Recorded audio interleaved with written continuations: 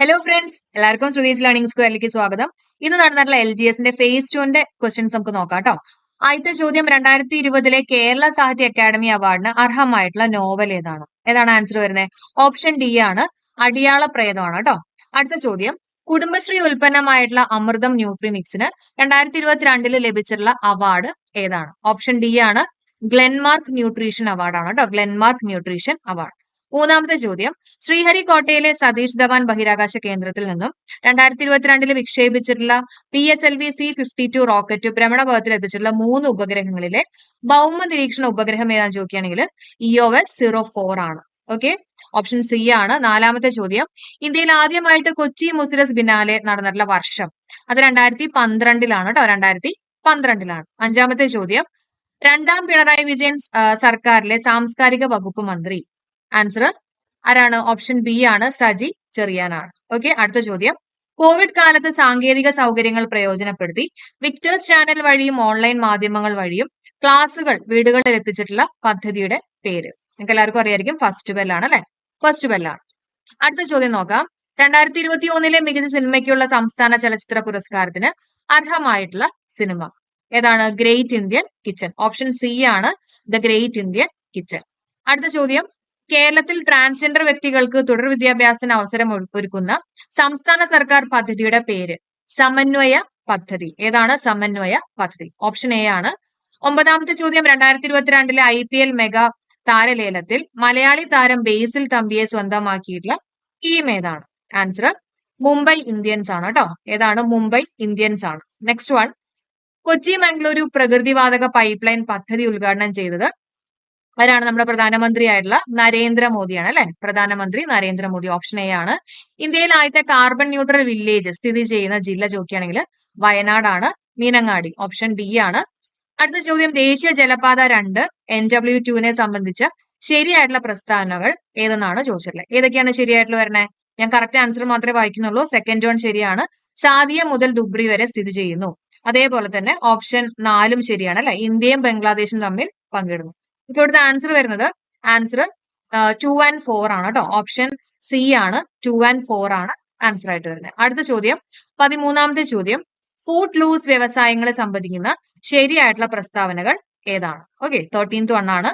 അതിലെ correct answer വരുന്നത് വ്യവസായ സ്ഥാനീയ ഘടകങ്ങൾ കൂടുതലായിട്ട് ബാധിക്കുന്നില്ല, അതേപോലെ തന്നെ പരിസ്ഥിതി സൗഹൃദ വ്യവസായമാണ്. അപ്പൊ 2ഉം 4ഉം ആണ് ശരി. അതായത് ഓപ്ഷൻ ബി ആണ് കേട്ടോ ശരി. ഓപ്ഷൻ ബി ആണ്.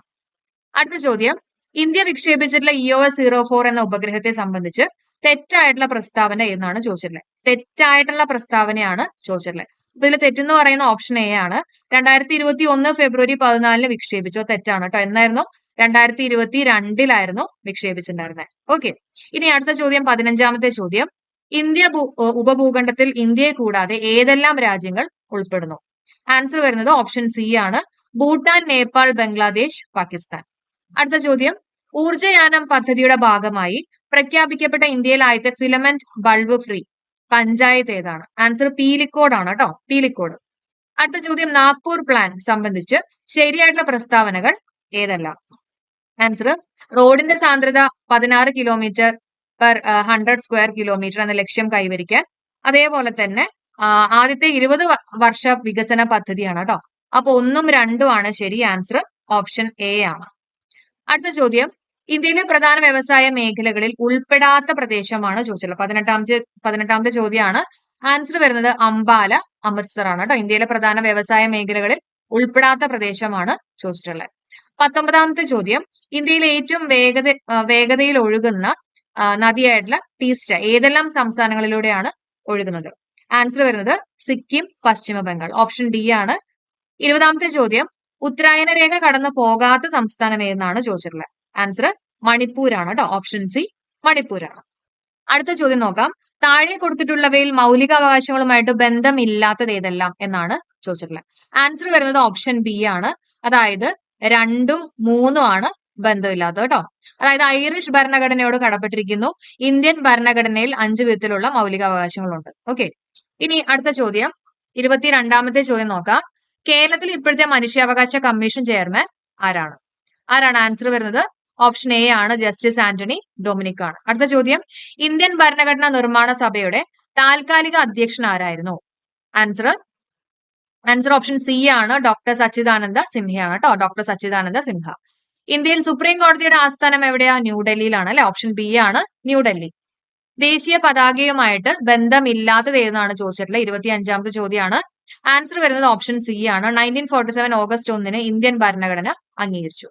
അടുത്ത ചോദ്യം 26ാമത്തെ ചോദ്യം, ഇന്ത്യൻ ദേശീയ ഗാനം അംഗീകരിച്ചത് എപ്പോൾ?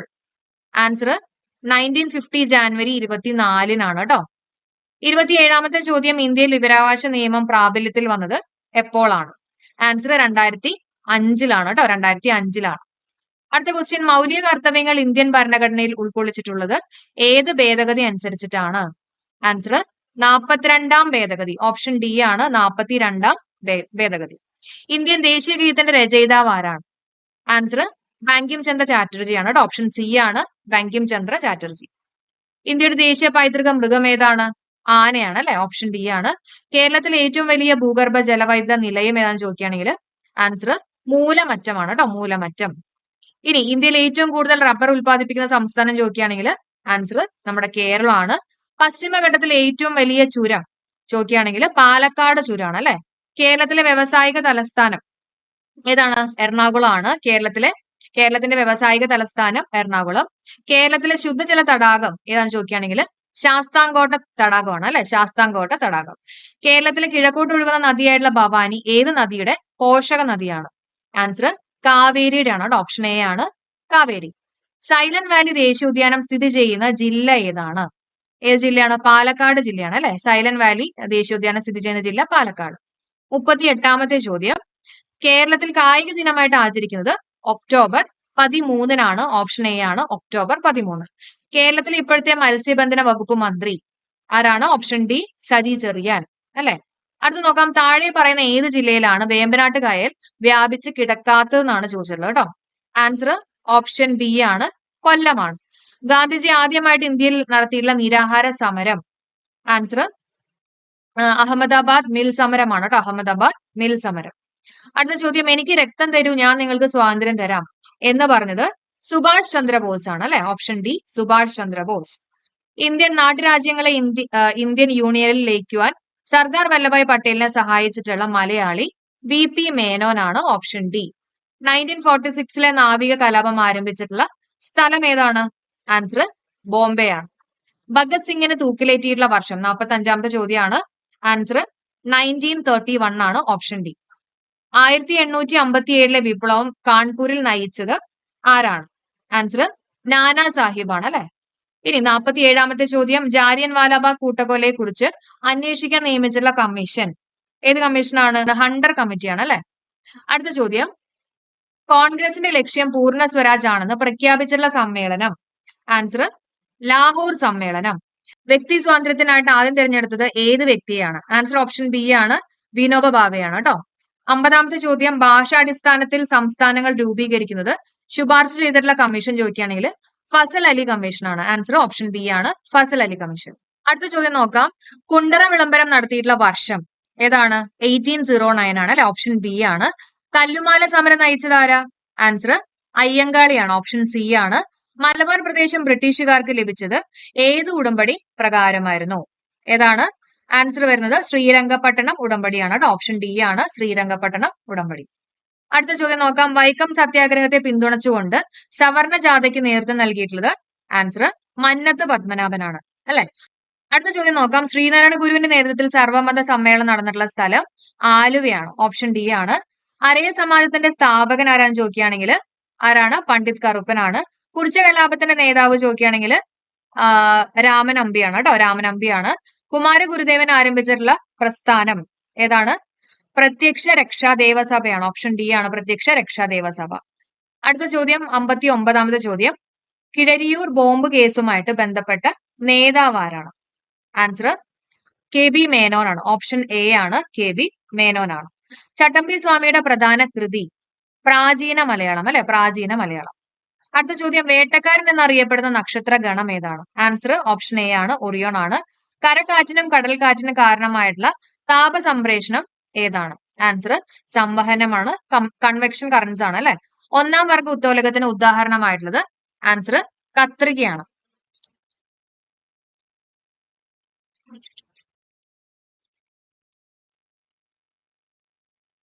അടുത്ത ചോദ്യം, പ്രകാശത്തിന്റെ പ്രകീർണത്തിന് കാരണമായിട്ടുള്ളത് അപവർത്തനം. ആൻസർ ഓപ്ഷൻ ബി ആണ്, അപവർത്തനം. അടുത്ത് നോക്കാം, ദ്രുതഗതിയിലുള്ള ദോലന ചലനങ്ങൾ അറിയപ്പെടുന്നത്. ആൻസർ കമ്പനമാണ്, ഓപ്ഷൻ ഡി ആണ്, കമ്പനം. അറ്റോമിക സിദ്ധാന്തത്തിന്റെ ഉപജ്ഞാതാവ് ആരാണ്? ആൻസർ ഡാൾട്ടൺ ആണ്, അല്ലെ? ഡാൾട്ടൺ ആണ്, ജോൺ ഡാൾട്ടൺ ആണ്. ഇരുമ്പിന്റെ അയിര് ഏതെന്നാണ് ചോദിച്ചിട്ടുള്ളത്. ആൻസർ ഹെമറ്റൈറ്റ് ആണ്, ഓപ്ഷൻ എ ആണ്, ഹെമറ്റൈറ്റ്. അടുത്ത ചോദ്യം, ആൽക്കലി ലോഹം അല്ലാത്തത് ഏത്? അല്ലാത്തതാണ് ചോദിച്ചിട്ടുള്ളത്. ആൻസർ അലുമിനിയം ആണ്. ഹരിതഗൃഹ പ്രഭാവത്തിന് കാരണമല്ലാത്ത വാതകമാണ് ചോദിച്ചിട്ടുള്ളത്. അല്ലാത്ത വാതകം കാർബൺ മോണോക്സൈഡ് ആണ് കേട്ടോ, കാർബൺ മോണോക്സൈഡ്. ഹൈഡ്രജന്റെ ഐസോട്ടോപ്പ് അല്ലാത്തത് ഏതാ? ആൻസർ ടെലൂറിയം ആണ്. ചാവക്കാട് ഓറഞ്ച് ഏത് വിളയുടെ ഇനമാണ്? ആൻസർ തെങ്ങാണ്. ഭക്ഷ്യ ശൃംഖലയിലെ ആദ്യ കണ്ണി ഏതായിരിക്കും? ഏതാണ്? ഹരിത സസ്യങ്ങളാണ്, അല്ലെ? ഹരിത സസ്യങ്ങൾ. അടുത്ത 73ാമത്തെ ചോദ്യം, കേന്ദ്ര തോട്ടവിള ഗവേഷണ കേന്ദ്രം എവിടെയാണ് സ്ഥിതി ചെയ്യുന്നത്? കാസർഗോഡ് ആണ്. ജൈവ അവശിഷ്ടങ്ങളെ വിഘടിപ്പിച്ച് മണ്ണിനോട് ചേർക്കുന്ന സൂക്ഷ്മജീവികളാണ് വിഘാടകർ, അല്ലെ? വിഘാടകർ. താഴെ തന്നിരിക്കുന്നവരിൽ നിന്നും നെല്ലിനം തിരഞ്ഞെടുക്കുക. ആൻസർ അന്നപൂർണ. ഓക്കെ, അന്നപൂർണ.